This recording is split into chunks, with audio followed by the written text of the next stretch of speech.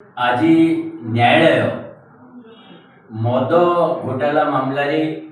जेते आरोपी 23 जन जगह आरोपी को निर्दोष रे खलास कर अरविंद केजरीवाल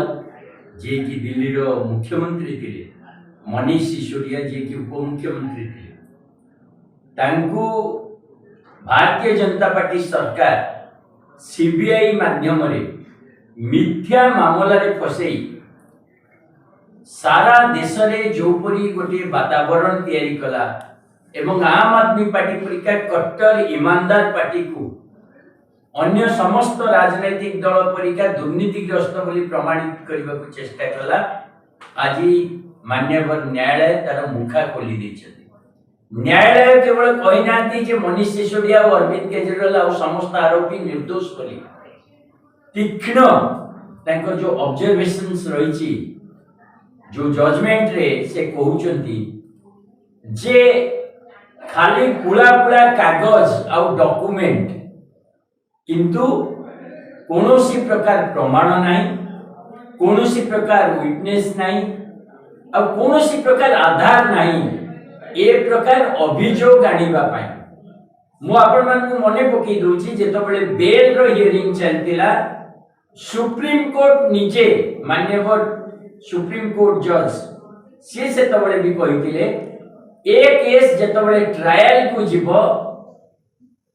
2 मिनिट भी तिष्ठिबो नाही।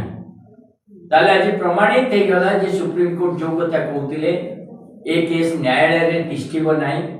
और आज मान्यवर विचारपति ताको जजमेंट माध्यम रे प्रमाणित कले जे कोनोसी प्रकार तथ्य नाही, कोनोसी प्रकार कागज नाही, केवल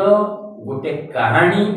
और से कहानी है भारतीय जनता पार्टी षड्यंत्र। बंधुगण, मद घोटाला नारे आम आदमी पार्टी को बदनाम करिबा, यार नेता अरविंद केजरीवाल मनीष सिसोदिया को बदनाम करिबा एवं साधारण जनता पई जो भल शिक्षा व्यवस्था, स्वास्थ्य व्यवस्था, फ्री बिजुली पानी एवं फ्री बस सेवा आकु रोकिबा पई ए षड्यंत्र थिला। ये केवल अरविंद केजरीवाल मनीष सिसोदिया को जेल को नबार षड्यंत्र नथिला, ये थिला भारत वर्ष रे जो नुआ राजनीति आमे करूचे,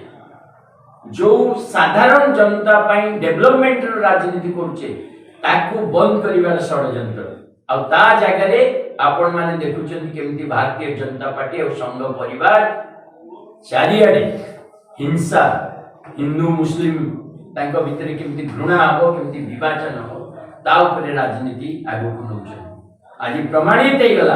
आम आदमी पार्टी रो सच्चाई रो रास्ता, आम आदमी पार्टी रो जो राजनीति, आम आदमी पार्टी रो जो शिक्षा, स्वास्थ्य, बिजुली, पानी, रोजगार रो राजनीति से आउरी आगु को जारी रहिबो। आ वर्तमान आपण मन जो कादो छीटा देखिथिले अरविंद केजरीवाल आ मनीष सिसोदिया को ऊपर पकाइतला से पुणी फेरियासी की भारतीय जनता पार्टी रो मुंह रे पड़िछि। आ हमें आज प्रेस वार्ता माध्यम रे भी ओडिशावासी तथा भारतवासी को आह्वान दूछु जे आम आदमी पार्टी रो जो सचोट राजनीति, ये जो दुर्नीति भ्रष्टाचार विरुद्ध रे लड़ाई आ जो भारतीय जनता पार्टी रो विपक्ष मानन को मिथ्या आरोप रे जेल को पठेबार राजनीति ता ऊपरे हमें समस्ते एकाठी होबा। ए पर्यंत आपण देखंतु सोनम वांगचुक जेल रे चलछि, डेट पर डेट चलछि, कोनोसी प्रमाण नाही, जने वैज्ञानिक, जने देशप्रेमी, जने स्वाधीन चेता लोक को आज जेल रे पकाइछि। मु जानिछि आगामी दिन से भी निर्दोष रे खलास हेबे, किंतु भारतीय जनता पार्टी भी जानिछि माने निर्दोष और कट्टर ईमानदार, किंतु आको जेल रे जेते टाइम बंद करियबो, वर्षे 2 मास 3 मास केते टाइम बंद करियबो। आपण देखछु 536 दिन मनीष सिसोदिया जेल रे रहले, 156 दिन अरविंद केजरीवाल जेल रे रहले। आंकु केवल सामयिक भावे जेल रे अटकेबा आ ए जो स्वच्छ स्वाधीन गोटे देश प्रेम राजनीति को अटकेबार जो षड्यंत्र आमे तार निंदा करछु आ आशा करछु देशवासी आको ग्रहण करिवे और आम आदमी पार्टी राजनीति आ जोरे आगो